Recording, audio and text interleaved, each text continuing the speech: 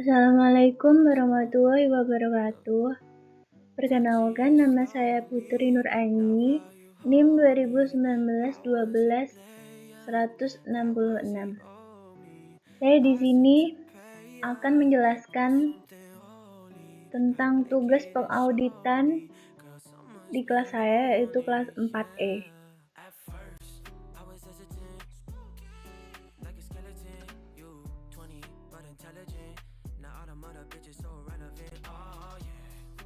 Tugas saya yaitu menceritakan bagaimana kasus Enron dan Arthur Andersen.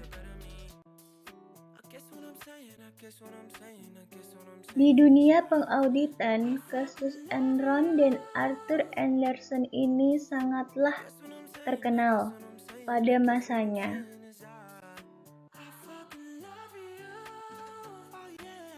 Sebelum kita mengenal lebih jauh tentang kasus Enron dan KAP Arthur Andersen ini, saya akan menceritakan profil atau latar belakang dari perusahaan Enron Corporation. Jadi, perusahaan Enron Corporation merupakan perusahaan energi Amerika Serikat yang berbasis di Houston, Texas, Amerika Serikat, yang berdiri pada tahun 1985. Enron adalah hasil dari merger antara perusahaan Houston Natural Gas dan Internord, yaitu sebuah perusahaan pipa di Nebraska yang berdiri pada tahun 1930. Enron pada saat itu didirikan oleh Kenneth Lay sebagai CEO dan hanya terjun dalam industri pipa gas dan diketahui oleh John G. Ray dengan CEO dan CRO, sementara Stephen F. Cooper dalam upaya untuk memperluas pertumbuhan bisnis perusahaan. Enron menerapkan strategi bisnis diversifikasi.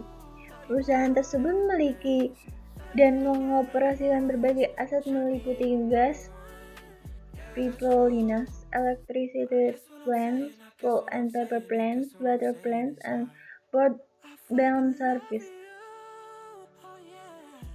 Jadi, Enron Corporation merupakan perusahaan yang bergerak di bidang energi tersebut, melakukan penjualan listrik dengan menggunakan harga pasar pada awal tahun 1990. Adanya hasil Kongres Amerika Serikat yang memutuskan untuk melakukan deregulasi penjualan gas telah menyebabkan Enron mengalami peningkatan pendapatan yang signifikan. Enron merupakan penjual gas alam terbesar pada tahun 1992 di Amerika Utara. Kontrak penjualan gas Enron menghasilkan laba sebelum pajak sebesar 122 juta US dollar dan merupakan penyumbang kedua terbesar dalam laba usaha perusahaan. Perkembang pesatnya Enron menyebabkan harga saham mengalami kenaikan sebesar 311% dari awal tahun 1990 sampai akhir tahun 1998. Dan pada saat tahun 1999, harga saham mengalami kenaikan sebesar 56% dan pada tahun 2000 sebesar 87%. Harga saham per lembar perusahaan pada saat itu sekitar 83,13 US dollar. Dari hasil survei majalah Fortune tentang Most Admired Company, Enron dinobatkan sebagai the most innovative company di Amerika. Jadi, sebelum bangkrutnya pada akhir 2001, Enron sebelum tahun 2001 mempekerjakan sekitar 21.000 orang pegawai dan merupakan salah satu perusahaan terkemuka di dunia. Setelah kita mengetahui latar belakang atau profil dari Enron, perusahaan Enron, saya akan menceritakan latar belakang atau profil dari KAP Arthur Andersen. KAP Arthur Andersen adalah firma atau jasa akuntansi terbesar di Amerika Serikat yang berbasis di Chicago, Illinois, Amerika Serikat. Perusahaan ini didirikan oleh Arthur Andersen pada tahun 1913. Kantor akuntan publik tersebut termasuk dalam The Big Five bersama dengan PricewaterhouseCoopers, Deloitte & Yost, dan KPMG. Arthur Andersen menjadi auditor eksternal Enson sekaligus konsultan manajemen dengan bayaran 5 juta US dollar untuk biaya audit dan 50 juta US dollar untuk biaya konsultasi. Hal ini yang menyebabkan konflik kepentingan di tubuh Arthur Andersen sendiri karena pembayaran atas jasa yang dilakukannya terlampau besar, sehingga memunculkan kurangnya independensi dalam proses pengauditan laporan keuangan Enron. Sehingga pada tahun 2000 perusahaan ini secara sukarela menyerahkan izin praktiknya sebagai kantor akuntan publik setelah dinyatakan bersalah dan terlibat dalam skandal Enron dan menyebabkan 85.000 orang kehilangan pekerjaannya.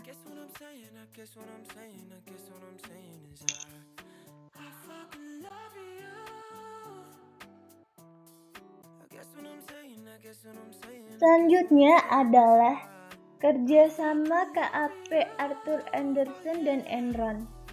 Jadi, KAP Arthur Andersen adalah perusahaan akuntan yang mengaudit laporan keuangan Enron dan juga sebagai konsultan manajemen Enron. KAP tersebut memiliki kebijakan pemusnahan dokumen yang tidak menjadi bagian dari kertas kerja audit formal. Selanjutnya adalah bagaimana kasus Enron dan KAP Arthur Andersen. Jadi, Enron dan KAP Arthur Andersen dituduh telah melakukan kriminal dalam bentuk penghancuran dokumen berkaitan dengan investigasi atas kebangkrutan Enron. KAP Andersen diberhentikan sebagai auditor Enron pada pertengahan Juni 2002. KAP Arthur Andersen menyatakan penugasan audit oleh Enron telah berhenti pada saat Enron mengajukan proses kebangkrutan pada 2 Desember 2001. Pemerintahan Amerika melarang Enron dan KAP Arthur Andersen untuk melakukan kontrak pekerjaan dengan lembaga pemerintahan di Amerika. Dan pada tanggal 28 Februari 2002, KAP Andersen menawarkan ganti rugi sekitar 750 juta US dollar untuk menyelesaikan gugatan hukum yang diajukan kepada KAP Andersen. Pada tanggal 22 Maret 2000, mantan Ketua Federal Reserve Paul Volcker yang direkrut untuk melakukan revisi terhadap praktek audit dan meningkatkan kembali citra KAP Arthur Andersen mengusulkan agar manajer KAP Arthur Andersen yang ada diberhentikan dan membentuk suatu komite yang diketahui oleh Paul sendiri untuk menyusun manajer baru. Jadi lembaga-lembaga eksternal juga ikut bertanggung jawab terjadinya kasus Enron auditor ini.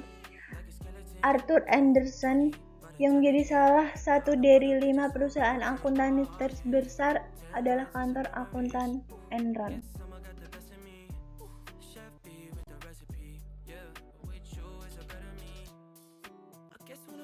Lalu tugas dari Andersen adalah melakukan pemeriksaan dan juga memberikan kesaksian apakah laporan keuangan Enron memenuhi pengauditan atau tidak. Andersen mengalami konflik kepentingan akibat pembayaran yang begitu besar dari Enron, yaitu 5 juta US dollar untuk biaya audit dan 50 juta US dollar untuk biaya konsultasi hukum. Konsultan hukum Enron, khususnya Vincent dan Elkins, juga disewa oleh Enron. Konsultan hukum ini bertanggung jawab untuk menyediakan opini hukum atas strategi, struktur, dan legalitas umum atas semua yang dilakukan oleh Enron. Enron sebagai perusahaan yang melakukan perdagangan di pasar energi diawasi oleh Federal Energy Regulatory Commission atau FERC. Akan tetapi FERC tidak melakukan pengawasan secara mendalam. Hal ini dikarenakan Enron melakukan aktivitasnya dalam perdagangan listrik tidak di satu negara, yaitu antar negara. Lalu sebagai perusahaan publik, Enron diharuskan mengikuti peraturan dari SEC. Akan tetapi dalam pengawasannya, SEC tidak melakukan investigasi secara mendalam.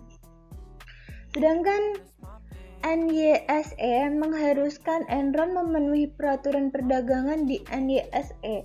Berbeda dengan SEC, NYSE tidak hanya melakukan verifikasi first hand.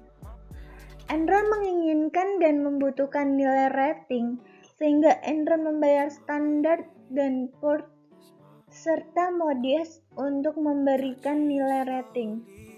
Rating ini dibutuhkan untuk sekuritas hutang perusahaan yang diterbitkan dan diperdagangkan di pasar.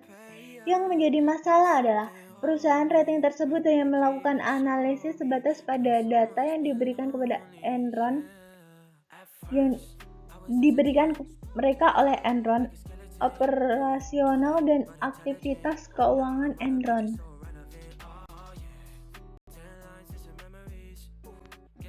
Selanjutnya adalah bagaimana Enron melakukan kecurangan.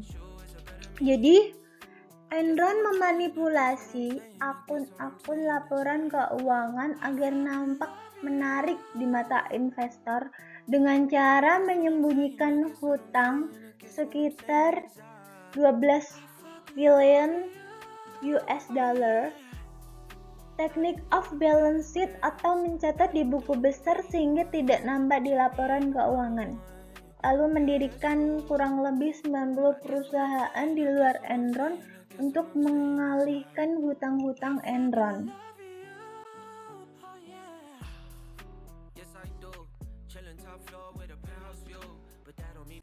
Kasus Enron terungkap. Penyebabnya adalah satu, yaitu masalah kepentingan pemegang saham mayoritas dan manajemen transaksi dengan pihak beberapa perusahaan afiliasi. Memberikan opsi saham pasif tidak hanya kepada karyawan, bahkan komite audit karyawan biasa serta program pensiun karyawan dengan memperoleh opsi saham perusahaan. Yang ketiga yaitu menjual saham dalam skala besar oleh pihak orang dalam.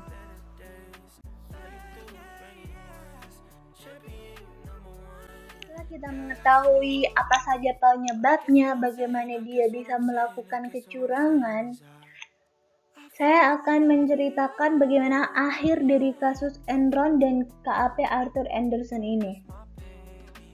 Jadi, Arthur Andersen merupakan KAP yang ahli dan profesional dalam bidangnya, yaitu sebagai auditor, tetapi profesi tersebut justru salah digunakan olehnya, karena ia tidak memiliki independensi mental dan sifat tanggung jawab atas pekerjaan yang dimilikinya. Arthur Andersen memilih untuk melakukan kecurangan besar bersama Enron demi keuntungan dirinya sendiri maupun pihak Enron. Karena tindakannya ini, Arthur Andersen menerima hukuman memberikan uang sekitar 32 miliar US dollar untuk para pemegang saham Enron karena sudah melanggar kode etik profesinya sebagai auditor dan mengaudit dan menerima tuntutan dari para karyawan.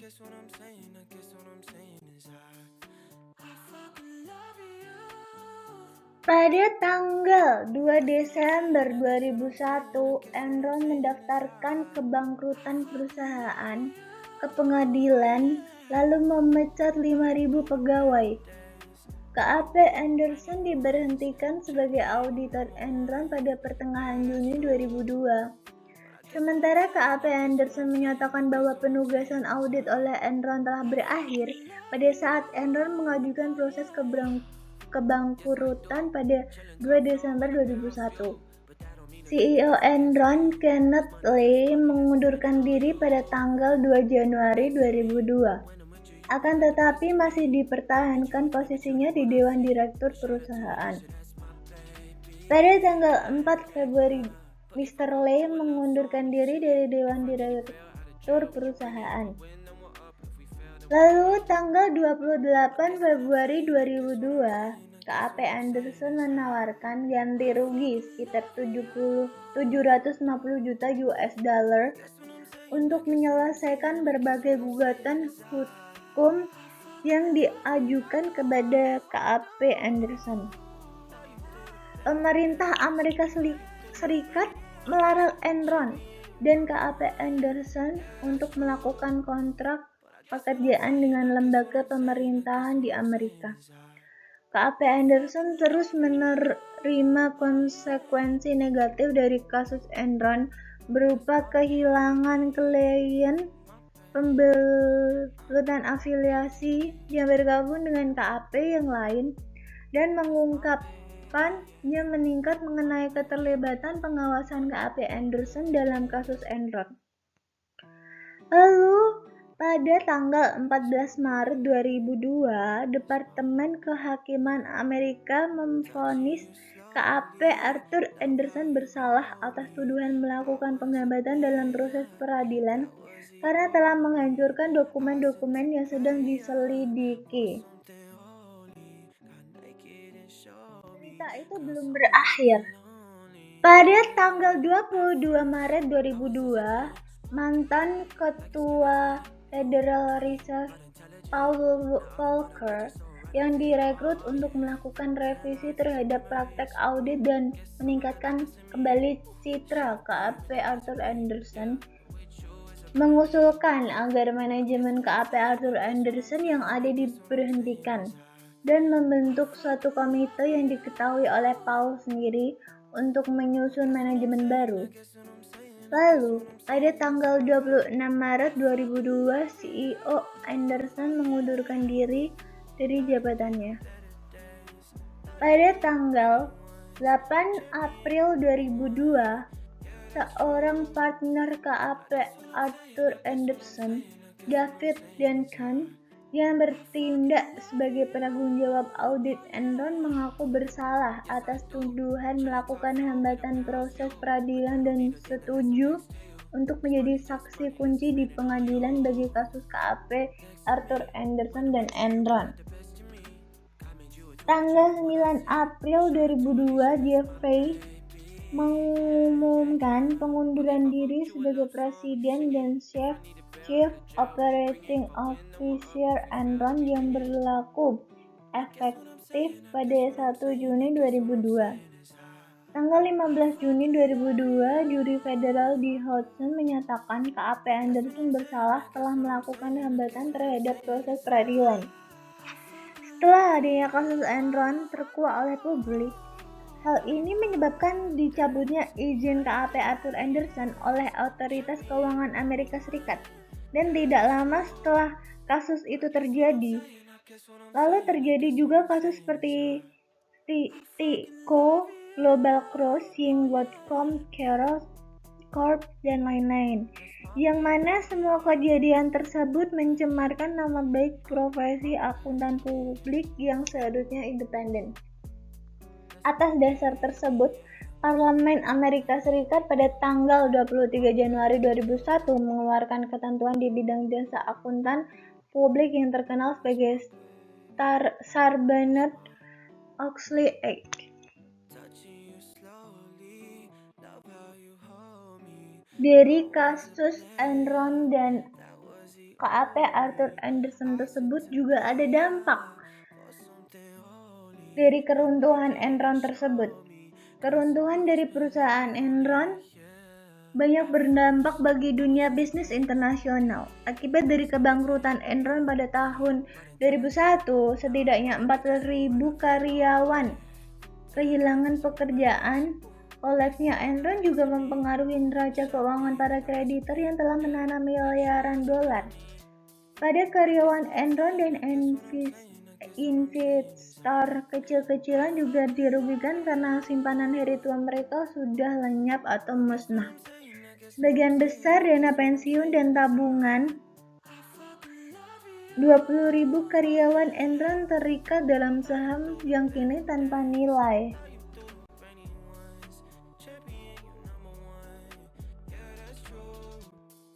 Arthur Andersen dianggap ikut bersalah dalam kebangkrutan Enron, juga terkena imbasnya. Member-member Arthur Andersen di beberapa negara seperti Jepang dan Thailand telah membuat kesepakatan merger. Di Amerika sendiri, aktivitas seluruh member Andersen dibekukan pemerintah. Akibatnya, klien Andersen beralih ke berbagai editor lain dan berpindah ke editor-editor kecil lainnya atau mengaku belum tahu berpindah kemana. Tidak hanya itu, masih banyak lagi yang dipengaruhi oleh keruntuhan Enron, seperti munculnya trauma dalam bursa saham terhadap efek domino skandal Enron. Hal ini membuat para investor mengurangi aktivitasnya di bursa saham sehingga gairah bursa dunia menjadi lesu atau menurun. Adanya kasus Enron dan KAP Arthur Andersen ini, adapun perubahan dari akibat kasus-kasus tersebut. Perubahan yang terjadi yaitu setelah kasus Enron, disahkannya UU baru Sarbanes-Oxley Act 2002. Lalu adanya larangan melakukan jasa konsultasi bersama dengan audit keuangan. Lalu ada pembatasan masa partner audit yang selama 7 tahun. Berarti harus paling banyak adalah 7 tahun atau paling lama adalah 7 tahun. Lalu keharusan seorang auditor untuk memberikan opini terhadap keandalan SPIG.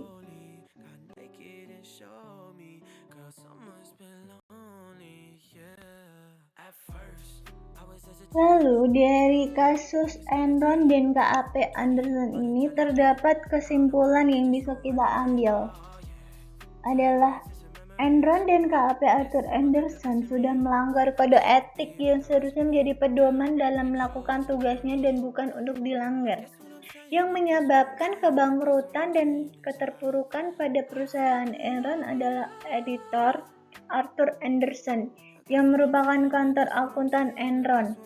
Keduanya telah bekerja sama dalam memanipulasi laporan keuangan sehingga merugikan berbagai pihak. Enron telah melanggar etika dalam bisnis dan tidak melakukan manipulasi guna menarik investor. Sedangkan Arthur Andersen bertindak sebagai auditor pun telah melanggar etika profesinya sebagai seorang akuntan. Arthur Andersen telah melakukan kerjasama dalam manipulasi laporan keuangan Enron. Hal ini jelas Arthur Andersen tidak bersikap independen sebagai yang seharusnya seorang akuntan lakukan. Baik, itu saja yang bisa saya sampaikan, yang bisa saya ceritakan. Mohon maaf jika ada kekurangan ataupun salah-salah kata. Terima kasih dan sampai jumpa.